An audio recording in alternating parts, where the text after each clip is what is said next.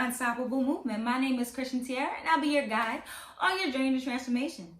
The Unstoppable Movement is all about giving you all the tools that you need to be unstoppable physically, mentally, and spiritually so that you can live a life that's more purposeful and fulfilling. Today is part 2 of my spiritual awakening video where I'll be talking about sharing with you my personal spiritual awakening, how my journey was. Also, I'll be giving you tips about how to get through your spiritual awakening and make it just a little bit easier as you transition. All right, let's get right into it. So my spiritual journey started in a very interesting way. It started in philosophy class. And I remember we were doing this one segment of class where we were talking about the existence of God, and the teacher presented us with an argument. And we basically argued the different attributes that we usually associate with God. Like God is all-knowing, God is all-powerful. And we argued this man. We argued with this man, trying to prove to him that God can be all these things and still exist. And then one question that he introduced to the argument was, well, if God is all-knowing, God is all good, God is all powerful, then why does evil still happen? How is Satan still able to basically do his thing on earth if he's all powerful? Why don't he just be able to do it? If he's all knowing, how can he not know about certain things that occur? And then it kind of went further into, well, then that means that God allows evil things to happen and allows the devil to do things that he does, which means, long story short, that he can't be all good. So I know maybe butchering that argument up a little bit, but that was basically the gist. Anyway, it was during that time in class it really made me start thinking about like religion, because I grew up as a Christian. So it mainly made me question, the things that we give to, attributes that we give to God and things like that, and just really wanting to know. Also, I was so determined to figure out a way to, challenge my teacher and win this argument with him. I was like, I'm going to find a way. So, of course, I went to the Bible looking for answers, and I was studying and I was studying and I was studying, trying to find a good argument. And the things that I was reading, especially in the Old Testament, which we really don't talk about, but in the Old Testament, God was really, he really didn't take nothing. Like, he really was on some, you made him mad, open up the ground, you're gone. It was on that type. And I was like, well, then how can God be all good? And then the concept of hell in itself, if God is all good, how can you ever create a place like hell for people to, be sent to you? Then that means you're not all good. And that just pretty much started to slowly tear at my idea of what I was believed to be what God is. So I was just started reading more, researching into things, and really started to really have me asking a lot of questions that I never really allowed myself to ask, because a lot of times growing up, though, my parents never said we couldn't talk about certain things. You just don't question the Bible. You don't really question God. It was just always, it is what it is. Even if it doesn't make sense, it is what it is. And I know a lot of people can relate to that. It is what it is. But I've always been, one of my favorite questions to ask growing up was why? Why are things the way they are? Why? So I really need to find answers. So during my spiritual awakening, I would say it was about a year long. I pretty much was losing it. I was researching, trying at this point just to try to prove that God is real, and that's something that we just created ourselves. And I was trying so hard to prove to myself, prove to my professor. I was trying so hard, but the more I did research, the more I started to see that the God that we believe in, the God that we created, isn't necessarily existing, isn't exactly what we painted it to be. And then I learned about where, hell came from, and, basically how we drew up our idea of hell, which actually came from, I don't know if you've heard of it, but Dante's Inferno. So it's very interesting, basically finding out the different ways things kind of became a part of our religion. And then as I started to do more research past it, I started to find things for me personally that didn't really fit with my morals and didn't really fit with my beliefs. I found that, in my personal opinion, that the Bible was very sexist and really didn't encourage women as much as I felt that it should. So then I went down that route. And then as a Black woman, I also felt like there was no reason for me to really follow Christianity, just for the simple fact that that was something that was kind of taught to us from slavery and things like that, and through oppression. So those are my personal beliefs, but I just felt like this just for so many reasons wasn't the route for me. So then I started trying to look into other spiritualities and other beliefs and things that were more aligned with myself, because after a while I felt like Christianity really didn't fit into my beliefs, I really couldn't identify with it. And those questions that I just couldn't answer was bothering me. They were just too huge to just ignore after a while. So I started to get into researching into more of the metaphysical stuff. I started researching African spirituality, which I'll be doing a video on, complete different video on that. But I started getting into African spirituality because I was like, well, let's go back, because I went deep, y'all. Let's go back into the beginning of religions, before we had these more organized religions that are popular now. Where does religion come from? What were people believing, before, the main religions that we believe now? What were they believing in? What did they follow? So I started to dig deeper and deeper until I found some answers that, suffice my questions. And I started to look into the metaphysical. I started looking into African spirituality, wanting to know exactly what my ancestors were into. And I started to realize that a lot of the religions and a lot of the more, I like to say, belief systems that people had when the way back was more about being in tune with nature, more nature-based, more in tune with Mother Earth and things like that.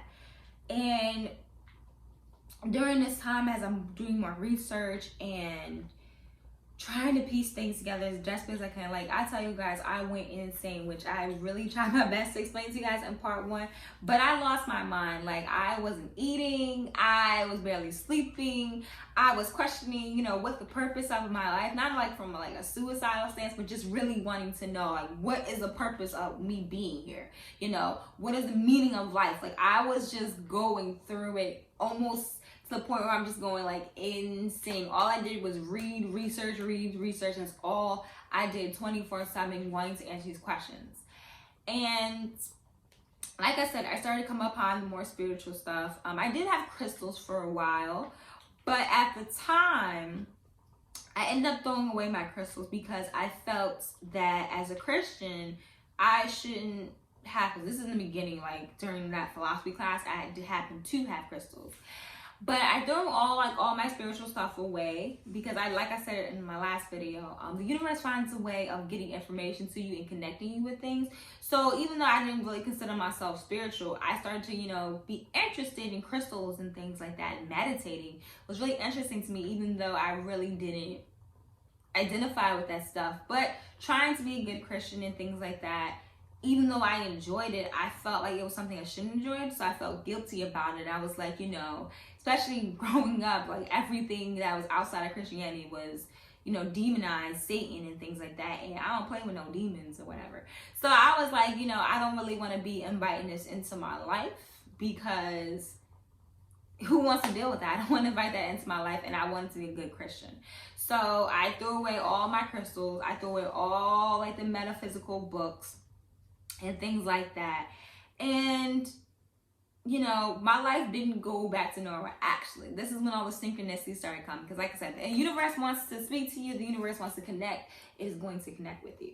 So I started seeing a lot of synchronicities, and one of the synchronicities that used to stand out to me even way before my spiritual journey started was 9/11. And I know that's a very ominous number, but it did pop out to me, and I used to joke for years that that must be the time where I'm gonna die.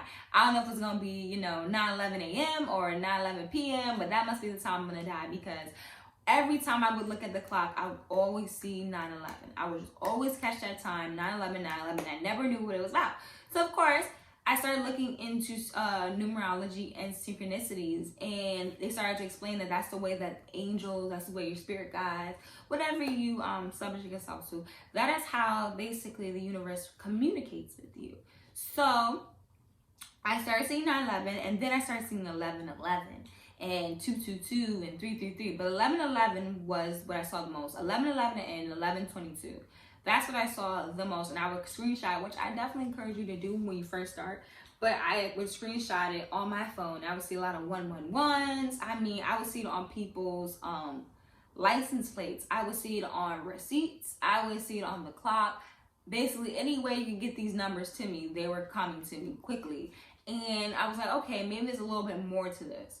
So I swallowed my fears and things like that. And I was like, there must be something to this, because even then I was like, nothing really happens by coincidence. There must be something out there. And I've always been like that my entire life. Even though growing up very Christian, I've always been a little curious about things. And I wouldn't say more or less the occult, but I was just always curious about magic. I was always curious about ghosts, mysteries. I was just always into that. So my parents tried their best to kind of calm that down in me, but that was just something that just really just triggered me, and that's because that's just my destiny to be aligned with that. So anyway, I went and got myself some more crystals again, and it took me a minute because during this time, I'm trying to, remember all the details as much as possible, but during this time when I threw away all my crystals, I went and got a Bible, and, I just really, was trying to just stay on the straight and narrow, but again, it just wasn't fitting with my spirit anymore, and like, my intuition and my soul was just like, nah, this is not it. This is not it. This is not it. This is not for you anymore. You have to move on. And so I just couldn't really ignore it. I just couldn't ignore it anymore. So I just decided to dive right back into it, into my research of learning about spirituality and meditation. And it was also during this time that my gifts started to really show themselves. I don't really want to scare anybody or anything like that, but growing up, I was always able to see spirits, always be able to see the dead. And though I never communicate, I still don't necessarily communicate with stuff from like my ancestors, but that's for another video. But I was always able to see spirits, and that's something that my parents used to think that was like crazy and silly and things like that. But I have so many stories of things that I would see, just literally just see people like yours, like if you were sitting in front of me, I would see people, walking past doorways and things like that. They would watch me as I sleep and things. And it was never really like, of course I was scared because, well, what are you doing here? But they never had a presence of wanting to do anything to me. It's more like an observing of me, of I can see you, you can see me type situation. So, during this time, that started to basically pick up again. And I started to learn that I was an empath and that I can feel people's emotions and things, feelings that weren't necessarily my own. And I'm going to get more into details about the different gifts. I just kind of want to focus on my story right now. But I was starting to see my gifts. I was being able to see spirits again. And for a very long time, I really wasn't able to. I can still feel energy around me, and I've always had that ability. But I was beginning to be able to see them again, which at the time freaked me out. At the time, I was not feeling it, and it was tough because, like I said, during this time, I felt like I was losing it. I really did. I was seeing synchronicities all the time, not being able to explain things, and it was weird. It was really weird, and for a long time, I would keep my husband up because I was afraid to fall asleep after him because I didn't want to be up, because I really feel like during this time was my spirit guides trying to contact me. And we'll get into spirit guides, but spirit guides are like guardian angels.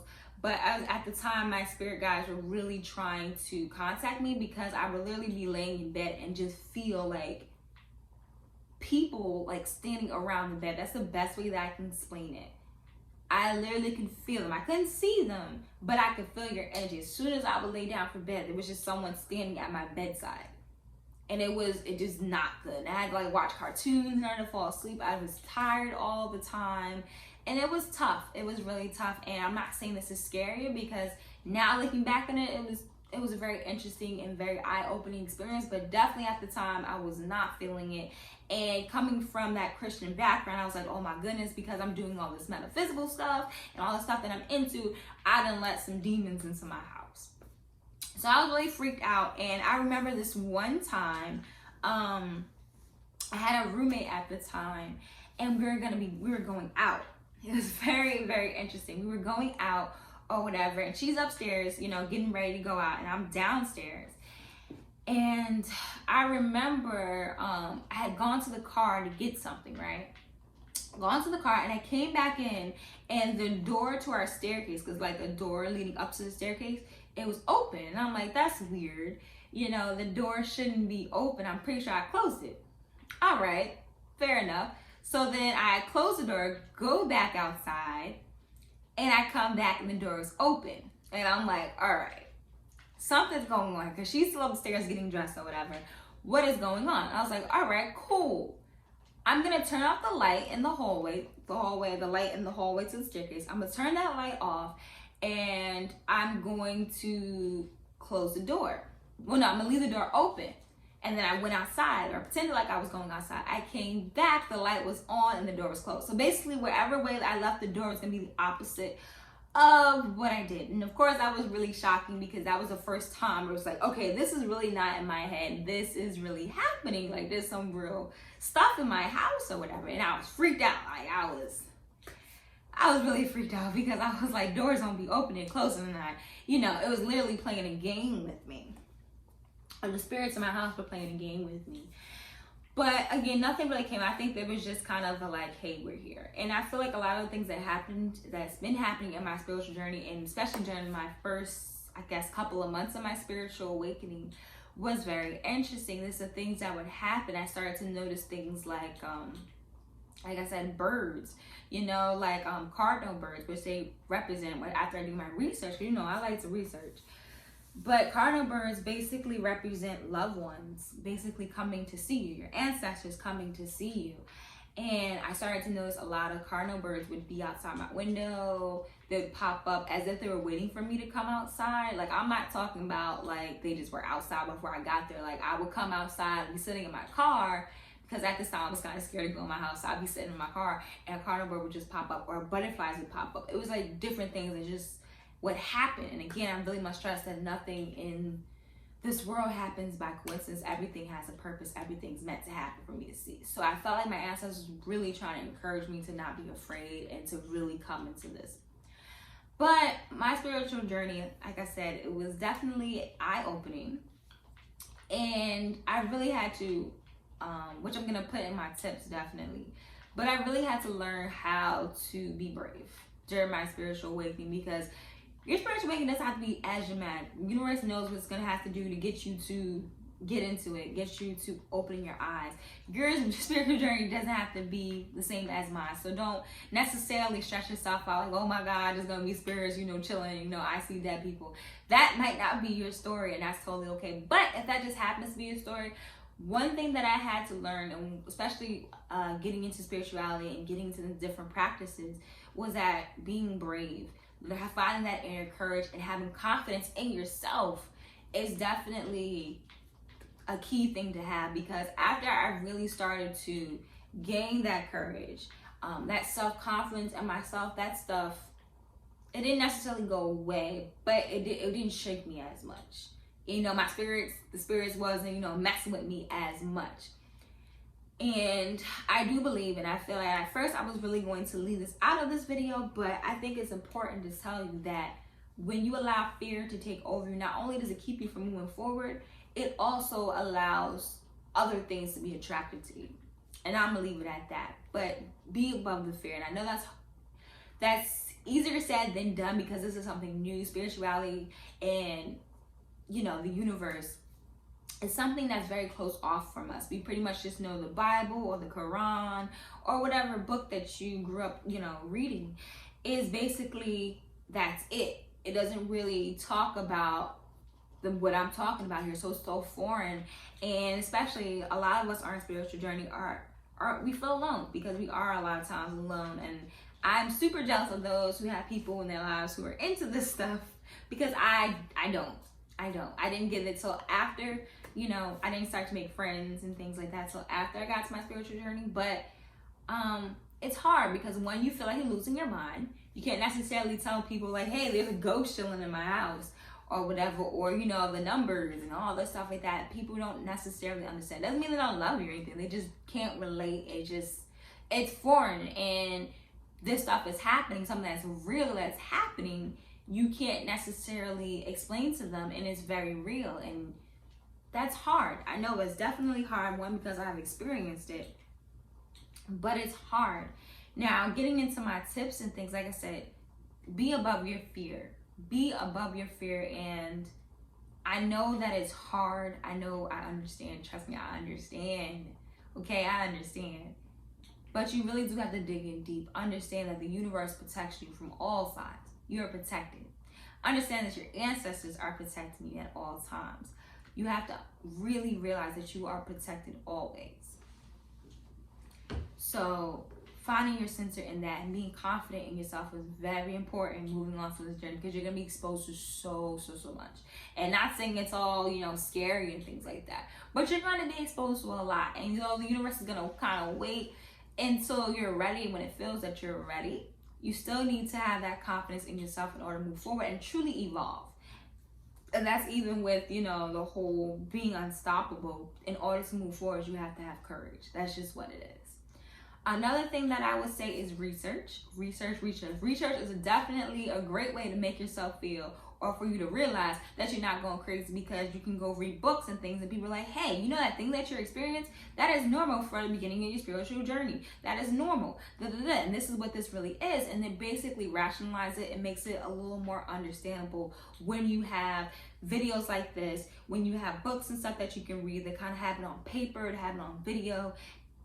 It gives you that support and a little bit of understanding, so that you can understand on a deeper level than what you're seeing or what you're feeling. So definitely, I would say, do your research, read a book, watch videos, whatever mediums that you have. A third thing that I would definitely say, which has helped me tremendously, is find support groups. There are so many different spiritual groups, and I don't necessarily mean that you need to be in, the more what am I trying to say? The more, pagan sectors. If you're into that, that's cool. But just the general metaphysical stuff, you can look into that. And you also have people that can explain, people who have been in their spiritual journey a lot longer than you, that can explain and, give you that encouragement, as well as, showing you the ropes. So also having a support group, finding an online support group is definitely a big help. I think those are pretty much the basis of what you can need. Like I said, everyone's journey is so different. My journey is different from yours.